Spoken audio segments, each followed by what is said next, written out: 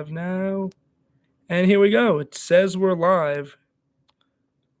There. All right. So we're officially live on YouTube.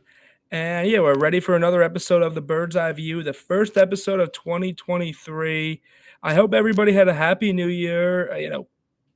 Better New Year's Eve than me and Buckeye Nation. New Year's Day was good. And that's sort of what this episode is. I mean, I know you could tell by the title of it, but we're here to talk about the Buckeyes and the Giants. Like, it's not going to be my big Week 17 recap. We're here to talk about my two teams, and this weekend was one of the lowest, one of the most heartbreaking losses I've felt as a fan just ever. Easily for me the most heartbreaking Ohio State loss I felt, and then just an extreme high for the Giants making the playoffs. They're just it's with this team and how bad it's been for the Giants making these playoffs meant a lot, and just to not be the laughing stock. But I'm gonna dive in and talk Ohio State first. The Giants clinching the playoffs is great, lifted my spirits. But what a horrible way to start 2023. Literally, you can't ask for a worse way to start the year. As time is winding down, as the ball's getting ready to drop, and it's about to hit midnight. I'm not even watching the ball drop. I'm at my friend's place. His girlfriend pulls up the ball dropping on the side. I don't care. Like, they're lining up for a 50-yard field. We're lining up for a 50-yard field goal for the win. And literally, as the ball drops, the clock strikes midnight. It turns to 2023 on the East Coast. It turns to 2023 in Atlanta, New Jersey, Ohio. The kick is one of the worst kicks I've ever seen, and we lose to Georgia. And it's just sad. It was sad. I mean, I think it wasn't like a New Year's Eve where I was out partying until like 2 or 3 a.m. No, I literally I went home after that game. I was upset. I was depressed. And then I was up until 3 a.m. playing in my head. Oh, how could that have gone differently? Just thinking, just so many ways this game could have gone differently. If this happened, if that happened, and I'm not. The reason I'm saying if this and that happened is because there's things I'm going to get into here. And it just, oh man, that just, it sucked. And look, I mean, I'm in the past, I'm someone who's gotten on the refs. But at the end of the day, any Ohio State fan, your first thing about losing this game should not be, oh my God, the refs this, the refs that. Because first off, calls go both ways. There are bad calls every single football game, every single sporting event. It's very, the refs do not impact the decision, the final score of this game. Like, if you're complaining about the refs, no, the refs are not the ones who blew that lead in the fourth quarter. The refs did not give up 18 points in the fourth. No, there were questionable calls. Personally, I actually said that was not targeting when I was seeing the replay. Now I'm still I'm still 50-50 on the targeting. My thing is, I don't see how that gets overturned. I guess I don't see how that gets overturned, as opposed to me thinking it's not targeting. I don't know. Regardless, the loss, it's on the defense and it's on the late game execution. You could put all you want. Oh, refs this, refs that. We got plenty of calls go our way too. We might have gotten away with 12 men on the field on that fake punt. So this game is. I am mad that Marvin Harrison Jr. did that targeting penalty got overturned. That targeting penalty getting overturned was just, it sucked. And that play changed the game. And I am not mad. I am not sitting here saying it was blatant targeting. And the thing is, it was a 50-50 call. And when it came to the 50-50 calls, it seemed like we didn't get any of them go our way. That's just in terms of replay. I think our offensive line, I definitely saw get away with a lot of holding calls. I mean, Georgia fans are crying about the amount of holding calls that we got away with on Twitter. Look, I'm not denying we got away with holding calls. We did. But and that's what I'm saying. The refs played both sides. It could have been, look, the targeting, the fourth down. I actually had a feeling those were going to get overturned. The targeting less so. So I'm not here to blame the refs. There's a lot more to talk about than the refs. But yeah, that play with the non-targeting, that did change the game for multiple reasons. Like obviously, like regardless, they changed the penalty. So the penalty changes like very quick. So because that penalty changes, it goes from first and goal to fourth and goal and having to kick a field goal. Or not fourth and goal. It would have been first and goal. And I think we would have been inside the one. I'm not sure if targeting works where it's you're gonna get all the way down to the one or if it would be half the distance from that point. But like regardless, like we've been red zone efficient. So for the most part, that game outside of that drive, and instead we end up taking the three, and that 3 points ends up really keeping Georgia in this game because you know we get seven, we go up 18. Instead, we go up 14, and we keep Georgia in the game. Actually, I believe I got my math a little. I believe my math is actually a little bit wrong there, so let me apologize. Uh, yeah, no, I did get it right. So yeah, we would have gone up 18. Instead, we go up 14, and like and it's on the defense. We were up 14 going into the fourth quarter, and look, the refs did not blow a 14-point fourth quarter lead. That is all on the defense. I mean, Jim Knowles. People say it's 1 year, it's overreacting to call for Jim Knowles' job. It is not overreaction to call for Jim Knowles' job. I mean, this is Ohio State where we you hold your game to the highest standard, and you're supposed to recruit at the highest level. Jim Knowles isn't even that. He's not known as a recruiter. He's getting paid $2 million a year, and he doesn't even do heavy recruiting. And look, we've seen back in the day, Ohio State had Chase Youngs, Joey Bosa, Nick Bosa, so many dominant defensive linemen. Yeah, JT Tuamale looked like those guys against Penn State. But JT Tuamale, Zach Harrison, Jack Sawyer, guys who were really, really high recruits, didn't end up having the impact that we saw some of the other previous recruits have under previous defensive regimes. We saw the secondary was a disaster in our two biggest games of the year, giving a big play after big play. I mean, Lathan Ransom's a lot of that's on you. You are a Division I cornerback or Division I defensive back. How are you slipping on the field in a playoff game? Like, that is so embarrassing to slip.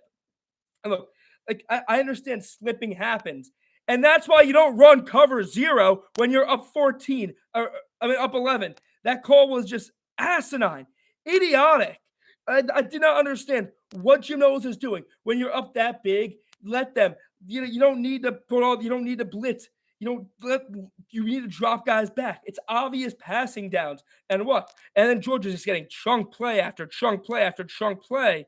It wasn't even just you make one tackle there. We even have some help on that play. It's not just cover 0. If it's cover 2, cover whatever, and he makes a big play. And if he gets tackled, time continues to tick. Maybe Georgia has to take a couple more plays to get to the end zone rather than one. And now, there's less time. I mean, that play, after that touchdown, I just said, we're going to lose this game, aren't we? I saw the momentum shifting. The offense was struggling to move the ball without Marv. Egbuka, Drew Fleming, who were eating Xavier Johnson, all guys who were getting open and all guys who were making plays early. They weren't able to do that. Now that Georgia didn't have to worry as much about Marvin Harrison, it allowed them to really, really focus on the other guys and not just have to focus on Marv, completely changing the game. Completely changed Ohio State's offense, and that sucked.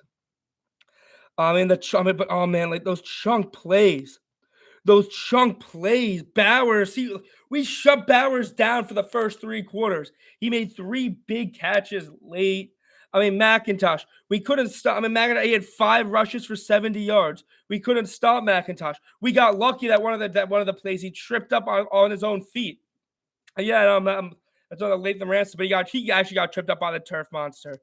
And the only thing the defense did was have a good third quarter.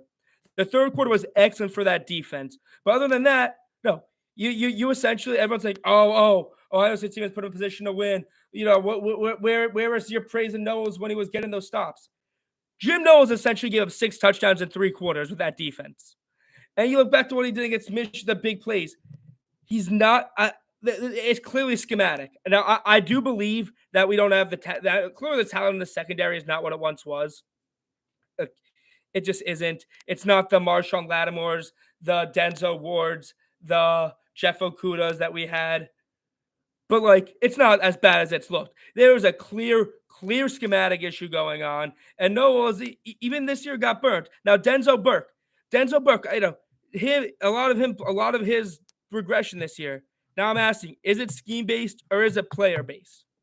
It seems like, look, I just don't like. I don't even know. We already lost the DB to Auburn. Now I know we have Sonny Styles, who I like a lot. I know he was a highly touted recruit. He's gonna have to play big at the safety spot next year. Just oh man, I don't know. Like, I mean, this defense, there are definitely some dogs on it. I mean, the secondary has been an issue the last few years. It's not all Knowles, but like this, I mean, I don't get how he's scheming, but like Harrison, JT Tuamale, Jack Sawyer, like I said, all these guys were highly touted recruits coming in. I was so excited for Jack Sawyer, and they just haven't been those. They haven't been those dudes. They've been good, but then none of those guys outside of the Penn State game where JT Tuamala had just one of the best performances I've ever seen. None of these guys have really taken over a game or looked like the next Ohio State great defender. Like, just. And then another thing that changed the game was that fake punt. I mean, hats off to Kirby Smart for calling timeout on that fake punt. I mean, he literally got it off a millisecond before we got the playoff, and they get the first down. Now there was 12 men on the field. Like I saw pictures on Twitter of 12 men on the field during that fake punt. So it's likely even if we got it and Kirby Smart doesn't get that timeout off, they call 12 men on the field. But I mean, that's also on the special teams unit. You messed up. You messed up a fake punt against Michigan already. So you would think that you're working extra hard on that fake punt. And yet you're in a position where if Georgia doesn't call that timeout, regardless, you would have maybe gotten penalized for 12 men on the field. And if they didn't get penalized for 12 men on the field, it would have been a lucky break. Just horrible execution for the second game in a row. And that's the thing, that they made those little mistakes. No, there was one play. It was a QB keeper from CJ Stroud, got the first down. How often do we see a design QB keeper from CJ Stroud? And there was a legal motion, and just it's penalties like that just you have a month to train for that, and those penalties happen. That's what gets really, really frustrating. But like other than that, like Stroud played the game of his life. CJ Stroud absolutely played the game of his life. All way to here. Stroud sucks. He's not going to be anything in the NFL. Only sees his first read. Blah, blah, blah. Georgia's going to eat him alive. Georgia this, Georgia that. When he goes up against a real defense, he might get shut out. Well, you know what? For all you CJ Stroud haters, he shut you up.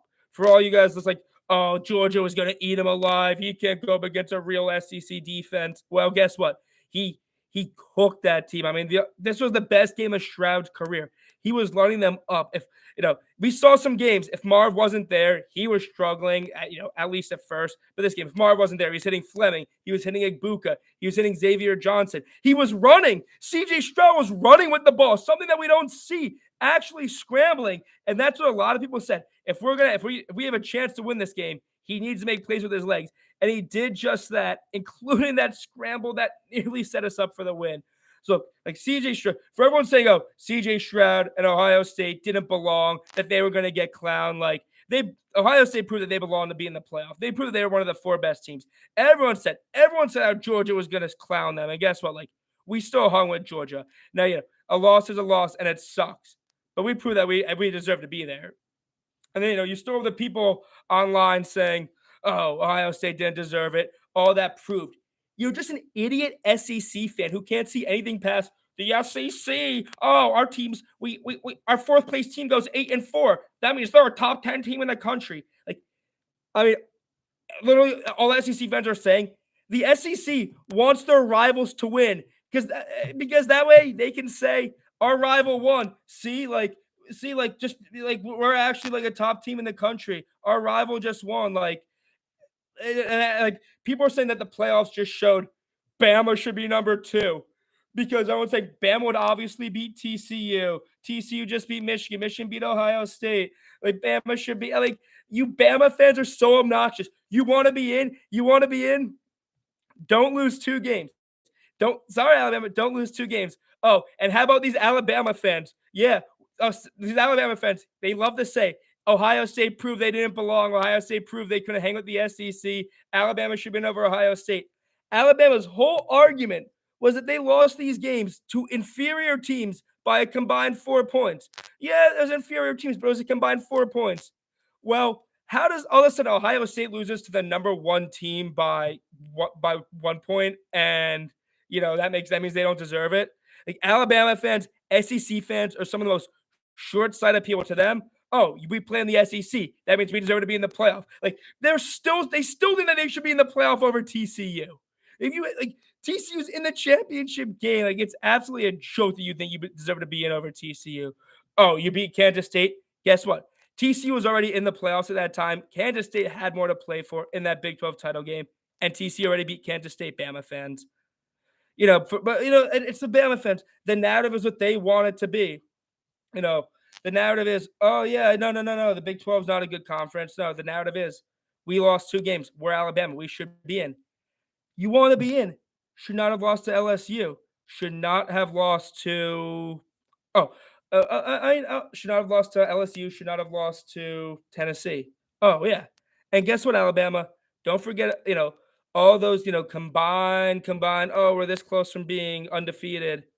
You're that close from being like 7-5 too. You barely beat A&M. You lost. You beat A&M because Jimbo Fisher's brain dead. You beat Texas because Quinn Ewers got hurt. Like those are 2 games you should have lost. It should be 8-4. You guys should have lost to Ole Miss. Could have lost to Ole Miss. Could be 7-5. Alabama. But keep crying that you're not in the playoff. That you didn't make the playoff. Oh man, that's just like it just sucks. Like it just absolutely sucks for Ohio State. I mean, the offense played so well. CJ Stroud played so well. The offensive line, which was one of the bigger things that we were worried about, played so well for most of the game. And 4 sacks doesn't look good, but it's not like Stroud was under pressure and facing heat the entire game. No, the offensive line held its own, contained the Georgia pass rush. Although I will say, Georgia's pass rush came up big on a couple third down sacks that allowed Stroud and that kept Ohio State in field goal range and made them kick field goals rather than scoring touchdowns. Just a lot of pain, man. A lot of pain. I mentioned earlier that Stroud was running. He had that unbelievable scramble. And then Ruggles misses the field goal. And look, people say he's a college kicker. He's been good. Oh, you shouldn't be hard on him. No, you're allowed to be hard on Noah Ruggles. At this point, college kids, they're getting paid with NIL.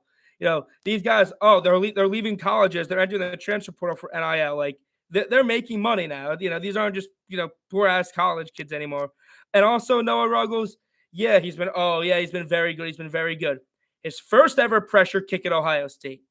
Yeah, we've been fortunate enough to not have to really be in a game where he's had lots of pressure kicks. Look, his first ever pressure kick, and he misses it that badly. Look, if it was just to the left where it was like 47, 48 inches or 47, 48 yards, it's good. Then okay, you give him a break. But when he misses that badly, give me a break. We shouldn't be getting on him for this. No. If you want to criticize him for missing a kick that badly, you're allowed to, because that was bad. That was embarrassing. It was just a rough way to start 2023, man.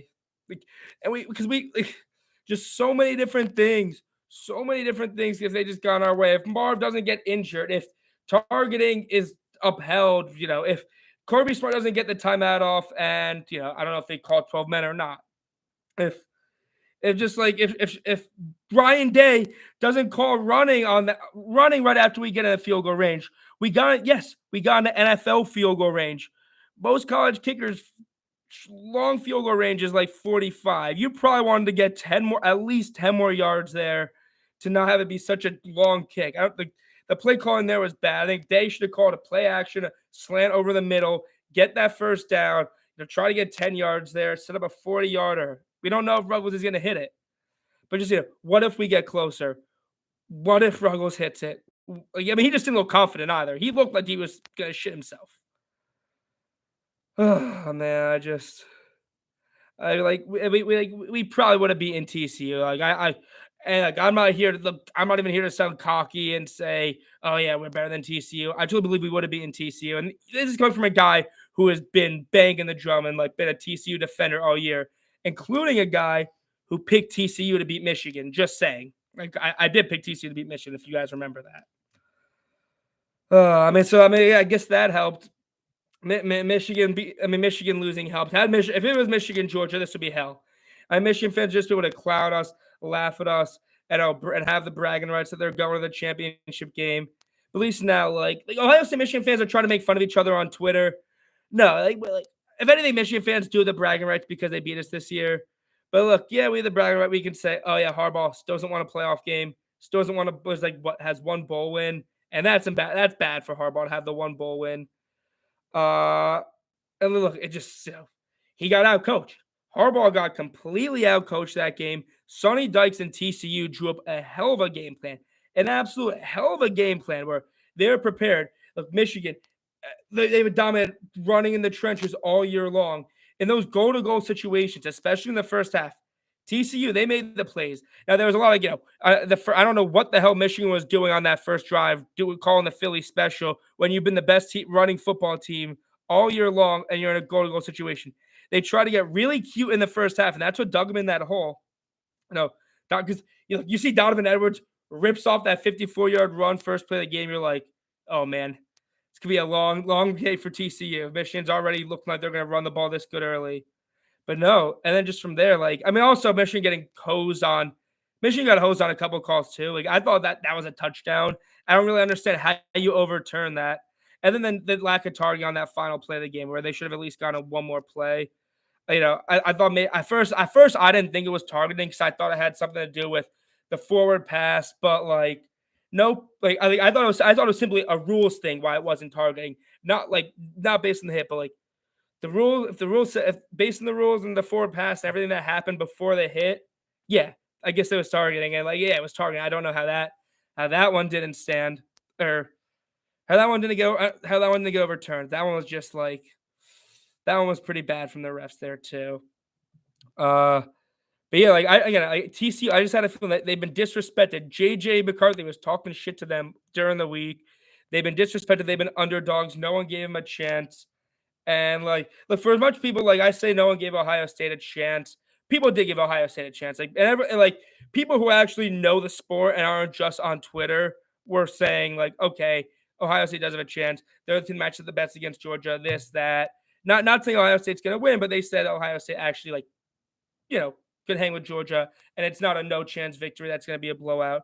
What everyone thought. Where the question was, can Ohio State beat Michigan? But TCU, the question was, can TCU hang with Michigan? Where even the people who know college football really well were still on Michigan just because of the matchup. It just seemed like such an uneven matchup. But Sonny Dykes, man, a hell of a coaching performance, drew up a hell of a game plan. The TCU Horned Frogs are going to the college football championship. Sounds crazy to say. I think Georgia's going to win. I'm pulling for TCU. I want the Horned Frogs to win. Screw Georgia. Screw their obnoxious fan base that's talk. That, that gets to beat Alabama without their top two receivers, that beat Ohio State without their top two receivers. All right. Now I'm making excuses, but it's just Georgia fans are so annoying and so frustrating. And they're still, and they Georgia fans are acting like they shut us out. Y'all needed the fourth quarter to come back. It's just annoying. Georgia fans, they've completely become one of my least favorite teams in the country. Their fan base is toxic. They're so annoying. And I hope TCU shoves it down their throat because, man, we just should be in. We should have beaten Georgia. We should be playing TCU. I know we beat them, man. It just sucks. But thank God because, also, I said I got Georgia winning. Jim Harbaugh, is he going to leave Michigan? There's some talk about that. I'm not saying he is. I don't know if I believe it. I didn't believe it last year. I said the entire time he was staying. What did he do? He stayed. We'll see, though. We'll see. We'll see what happens in the NFL offseason. Speaking of the NFL, thank God. Thank God, because this weekend would have been so. If we lost to the Colts, this would have been I mean, 2023, I would have been convinced would have just been like a year of bad luck for me. But no, the Giants, we beat the Colts, we crushed the Colts, and it was a win I needed for my own mental health and sanity because the New York Football Giants are finally going to the postseason for the first time since 2016. And look, I'll come right out and say this season has been much better than that 2016 team. That 2016 team was just such an aging team where you knew they weren't good, and that was carried by the defense, where the offense was horrible. This team was such an underdog team all year. It's been a team that we didn't expect anything from, and it just fought hard all year to make the postseason. Like, this is by far the most fun team we've had since the Super Bowl. Yeah, it's been a lot of dark years since the Super Bowl. It's been one playoff appearance. So yeah, obviously, like, the second playoff appearance since that Super Bowl is likely going to be the most fun season since then. This year has been so special. It finally appears that we have something in place. It's been so hell. The last 5 years have been miserable. It's been pathetic. We've been the laughing stock of the NFL. And finally, to make the playoffs in year one of a rebuild to turn around, it's awesome, man. It's so awesome. Being at MetLife Stadium was electric. Absolutely electric. I have never been to a game at MetLife Stadium where the crowd was like that before. I didn't go to many Giants games growing up. My parents weren't the biggest football fans, so I went to the occasional game. But for them, at least when I was a kid, the Giants were a relevant team. So tickets are relatively expensive. My parents, not being the biggest football fans, never wanted to really, spend the money on a football game. On all fairness, to take me. Now I got to go to my fair share. I went to the Super Bowl, so I'm hardly complaining that I didn't go to many games as a kid. But because of that, I never saw many games in MetLife Stadium. And the games I did see in MetLife Stadium has been when they were crap. I went to a game in 2011. We didn't expect the Super Bowl at the time. But most of the games I went to in MetLife, we've been crap. Now 2012, the season opener, when we raised the championship banner, that was awesome. But since then, it's been, last year, I went to 2 games last year, and it was just depressing. And I know I said that with the Panthers game that I haven't heard MetLife like that in a long time. But, the Panthers game, at least MetLife, after we beat that Panthers game, MetLife was a recognizable sound. And but this was, the loudest I've heard MetLife. We're going back to the playoff, and it was packed. We're blowing out the Colts. There's not it's packed throughout. It's a blowout game. Even when the starters are coming out, the stadium is still packed.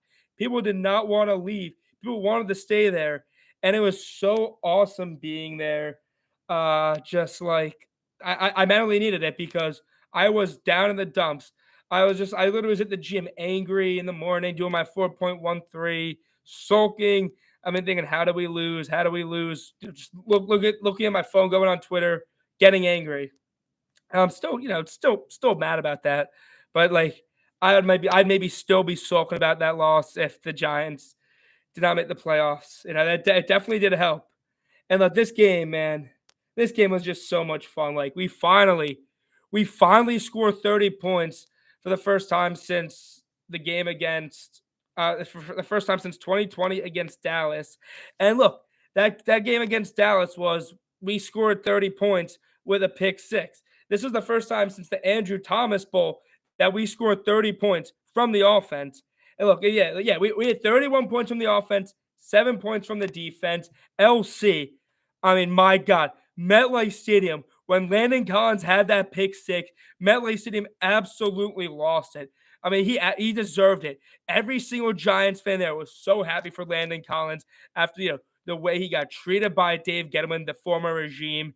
He's a guy who's clearly on the back end of his career, a guy who all we've heard about Landon Collins was he's a run stuffer, and he's done good at run stuffing since coming back from the Giants. He's not a pass coverage safety, but he made a nice play in coverage last week, and he had a pick six this week. For a guy who was part of the last good Giants team to get a pick six to the next Giants team that's going to the postseason, it's special, man. This was a guy who felt like he was going to be one of the leaders of the Giants for a lot of years after that 2016 season, and it wasn't that case.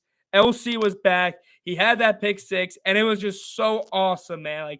After that, we all knew we're going to the freaking playoffs, baby. And it's been euphoric. The rest of that game was just a euphoric experience. You've seen the Giants offense move the ball. 24 points in the second quarter from this team. You never see that. And Daniel Jones, the best game he's had. This is definitely the best game Daniel Jones had all year. 4 touchdowns, which he's not had since 2019. 2 passing, 2 rushing. I was at the point in the game where I was yelling, "Stop running with Daniel Jones. No need for him to get hurt." Because at that point, I really don't want to see my guy Danny go down with an injury. Please, never. My God, just we're in the postseason. I mean, this team is somehow, some way in the postseason. And going to that game, every Giants fan, myself included, we were confident. Cannot remember the last time we've gotten a game with confidence. The last time we've controlled a game from start to end.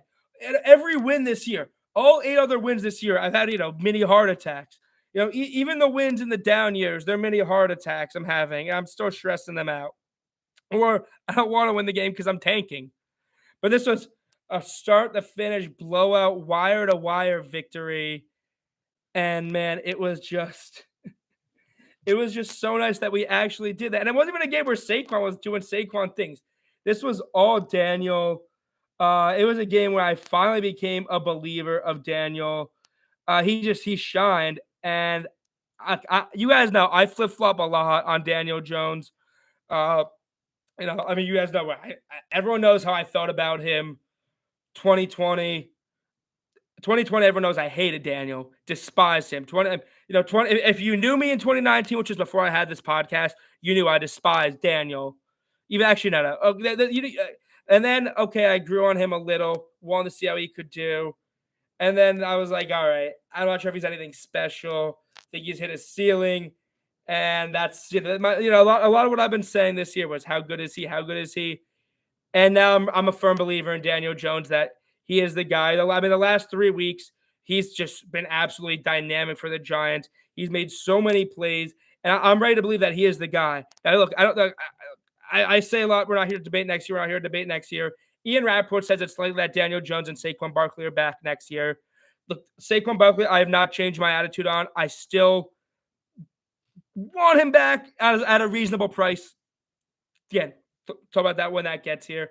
Daniel Jones, that's what absolutely should be back as a Giants QB next year. I really don't think he's going to cost any more than $25 million a year. Look, franchise Daniel, give him 3 years, $75 million. People are saying, why do you franchise him then give him lower than the AAV? You franchise him because you stay there, and guess what? You're giving out a long-term deal, which is going to be more than the franchise tag. So yeah, in the end, it's more money. There's a reason why players don't like playing under the franchise tag, even if that means that they'll get less money that year because they're getting more long-term money. It's a stupid argument. So in my opinion, like Daniel Jones, absolutely, he will. I think he will be back because I think he's only gonna get better. He's finally in a system that he belongs in. He's in a system that plays to his strengths, and he's done something that the off-script plays. You never saw that with Eli. It was hard to see that with Eli Manning because Eli Manning was not a runner. If Eli Manning made those off-script plays, it was because he was physical, getting out of a sack. I mean, Daniel Jones, he is physical. He knows how to escape sacks. He's not afraid to lower his shoulder. Where I almost wish he'd be less physical. He's great with his legs. He's great at his pocket awareness has been huge because our offensive line's still not great. We still one of the worst offensive lines in the league, and yet his pocket awareness. It's helped turn a lot of dead plays into something. I mean, there's that play he's getting tackled and makes the throw. He's made a lot of unbelievable throws. Danny Dimes has this year. Just the throws he's made, just while under pressure. The plays he's made with his legs, the off-script plays, the leadership he's shown. He's shown he deserves to be the Giants franchise quarterback and be back next year. I wish you put up the 5th-year option on him because. Now it makes sense. I understand why we did it. I mean, this is all hindsight, obviously, but it made sense why I didn't pick up the 5th-year option on him. He wasn't their guy. We are said to be a rebuilding team. And now, any Giants fan, there's still guys out there who want Anthony Richardson. First off, Anthony Richardson is going to be a joke. He'll be out of the league in 3 years. I think Anthony Richardson, everyone says, oh, look at this throw Richardson makes. Look at these plays. buddy, buddy, buddy, buddy, buddy, buddy, buddy, buddy, buddy, buddy. Anthony Richardson, he's going to have a great pro day. He's going to have a great combine. Everyone's going to say, "Oh my God, look what Richardson can do based on the pro days and the combines." And buddy, I mean, did we say this about Zach Wilson? Oh, everyone's Zach Wilson pro day combine this. Oh my, like, and oh, didn't we say Malik Willis pro day throws, combine throws? And they're not good. Like, all you need to do is watch a full game of Anthony Richardson in college to know he's not a good quarterback. But everyone wants to focus on, oh, he made one good throw. They don't want to focus on the fact that he was like 12 or 30. No, because you're short sighted. I mean, if you don't want Daniel Jones back next year, now if they give Daniel Jones a contract that you disagree with, that's a different story. But at this point, Daniel Jones has done everything that warrant being back next year. Has done everything that warrant getting an extension from the Giants. He will be. And just like, Danny, what you've been doing this year with guys like Richie James, who stepped up, as you know, I called for him to get cut after that Seattle game. He stepped up with Darius Slayton, with Isaiah Hodgins. Haji's just been incredible. I mean, he's making it work with these hodgepodge group of receivers. It has all the Daniel Jones and this coaching staff. I don't know anyone else who went coach of the year besides Brian Dable. I mean, again, like the receivers, Darius Slayton, Isaiah Hodgins, Richie James. None of those three guys are probably a starting receiver on most teams in the NFL. You know, maybe Slayton's there to be a 3 or a deep threat, but I don't think like Hodgins was not a starter on the Bills. Is not starting for most teams. Same with Richie James. And yet, like the Giants with that ragtag group of receivers, with a defense where look, the defense has 7 guys who are key pieces of the defense. None of those 7 guys they haven't played with all 7 of those guys yet. So this was a roster that was already weak and had so many injuries, and just a lot of guys picked up in the beginning of training camp or at the end of the preseason. So many guys picked up late, signed mid-season, coming up and making plays and helping the Giants. Just credit to this coaching staff, man. Brian Dable, he is easily the coach of the year with what he's put together, taking the laughing stock of the NFL the last few years to the playoffs. I just don't see who else has an argument. Like, I just don't. People want to say, oh, Sirianni. Sirianni has an unbelievable roster, and it's the argument I use against Jalen Hurts, where that Eagles roster is so loaded. Look, I mean, the Eagles GM deserves Executive of the Year. I'm not denying that. But do not give Sirianni Coach of the Year because he has an unbelievable roster. Look, I guess the only guy I was talking about, I guess, is Kyle Shanahan because he's playing on this third coach or his third quarterback, and one of them is Mr. Irrelevant, and they're one of the top teams in the NFC. Like, he definitely deserves it. There was, there was talk in the first half. There was Pete Carroll, there was Robert Saleh, there was Mike McDaniel. None of those teams have really held on this season. The Jets and Seahawks have both fallen out of the playoff picture. Seahawks are fighting for their playoff lives. They have a chance now. Jets are eliminated. Dolphins are fighting for their playoff lives also. The Giants maintained it. They clinch a playoff spot. And they made the 6th seed in 16 games. So look, they made it the way they would have made it in the old NFL. We weren't doing this 17-game season. Regardless. So, yeah, we made it through played 16 games, and we clinched the 6th seed. So, no 17 game, no needing a 17th game, no even needing a 7th seed to get in for them Giants. This defense. I was just talking about it. The guys that we have on this defense, like Kayvon Thibodeau, Azeez Ojulari, Leonard Williams, Dexter Lawrence, Adoree Jackson, Julian Love, Xavier McKinney. Those are our sexy 7, and those guys have not played 7 games, and those guys have not been on the field together all year. We've had at least 1 or 2 of those guys out, and now we might get those guys back for the postseason. The prospect of getting all 7 of those guys for the postseason is very exciting, and seeing what Wink can do with a complete and a healthy defense, especially against a Minnesota team. I want Minnesota. I think we could beat Minnesota. We nearly beat them. We nearly beat them last time without Adoree, without McKinney, limiting Justin Jefferson. We just saw them get blown out by the Packers. We know Minnesota's not as good. We're going to have Brian Dable making more adjustments. We're going to have a defense that's going to have Adoree on Justin Jefferson, McKinney for help. And I think that, we have a good chance of really beating Minnesota, especially if we can continue to make plays against that secondary. We should have beat them already. Oh man, like I'm really excited, man. I'm trying to think. I want to look at my other thoughts that I have about the team or about the game. I mean, like I said, the 30 points, most confident I've been. Daniel Jones shining. I mean, the defense was flying. Dexter, McKinney coming back. I mean, McKinney was back at practice. Then he was, but we didn't think he was going to play this week. He ends up playing and ends up having a really impactful game. One pass deflection. I believe he had like 7 tackles. Like everyone was flying to the ball, making tackles. Sexy Dexy absolutely mauled Quentin Nelson on a couple of plays. I mean, he has really established himself to be one of the best defensive tackles in the NFL. I love me some Sexy Dexy. I'm definitely close to copping a jersey of his. I mean, what else is there? Oh wait, who would I want to shout out?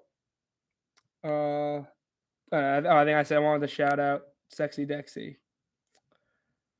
Let's see, Dexy mauled Quentin Nelson. The Kayvon Sack's the last thing I'm going to talk about. Like, don't worry, I'm not forgetting that. I'm just seeing my other thoughts I have before I get into the Kayvon Sack. It's just the last thing I want to finish off on.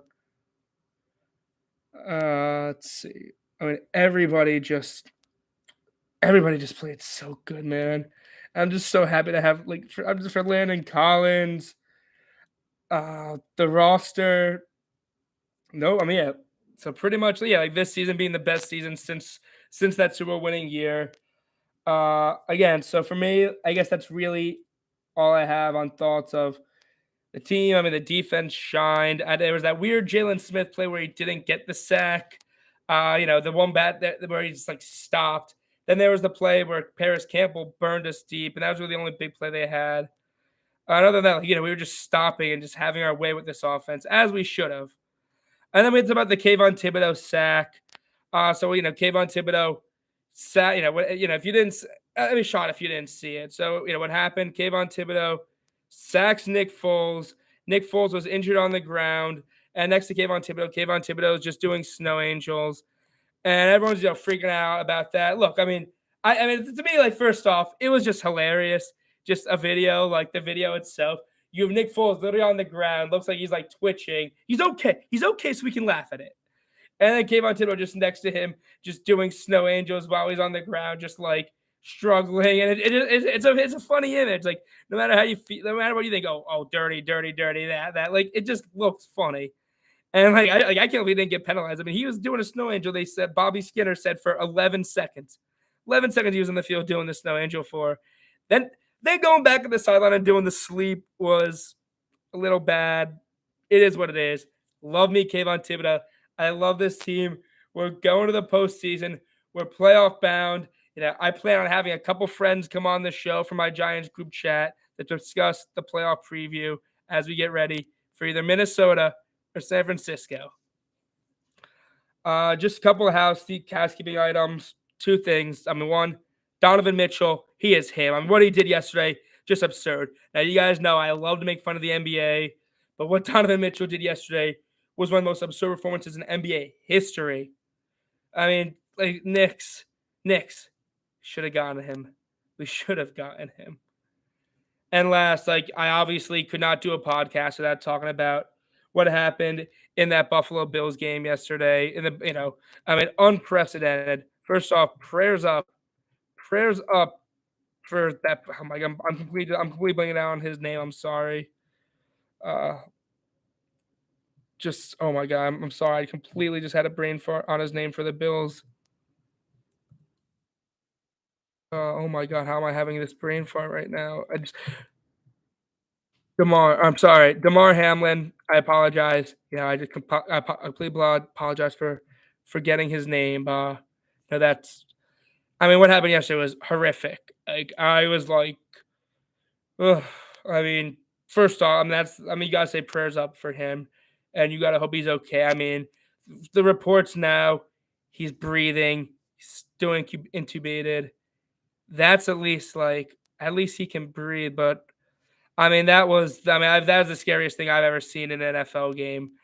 I mean, I'm thinking like, wow, just like, thinking, okay, I mean, at first I'm thinking they're eventually going to go back to play, right? That was my like initial reaction till I saw the replay.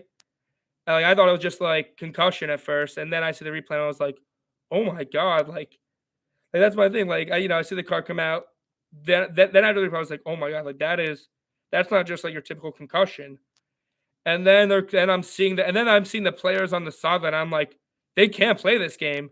Like these players are looking like, I mean, they don't know what happened. No one knew what happened. Like the announcers, the refs, the fans watching at home, watching the stadium, no one knew what happened.